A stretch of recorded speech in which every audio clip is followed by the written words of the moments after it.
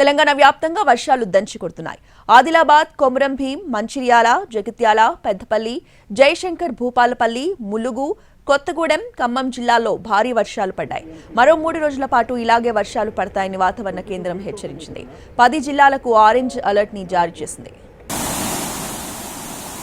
వర్షాలకి నిర్మల్ జిల్లాలో కడెం ప్రాజెక్టుకు వరద ఉధృతి పెరుగుతోంది.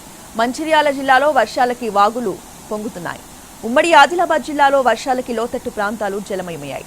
ములుగు, భూపాలపల్లి జిల్లాల్లో రెడ్ అలర్ట్ ప్రకటించారు. ముంపు ప్రాంత ప్రజల్ని సురక్షిత ప్రాంతాలకి తరలిస్తున్నారు. పాలెంవాగు ప్రాజెక్టుకి భారీగా వరద నీరు చేరింది. బోగత జలపాతం కూడా ఉగ్రరూపం దాల్చింది. భద్రాచలం దగ్గర గోదావరి ఉగ్రరూపం దాల్చడంతో మొదటి ప్రమాద హెచ్చరిక జారీ చేశారు. భద్రాద్రి కొత్తగూడెం జిల్లాలో తాలిపేరు ప్రాజెక్టుకి వరద పెరగడంతో 20 గేట్లు ఎత్తి 67,000 క్యూసెక్ల నీటిని విడుదల చేస్తున్నారు.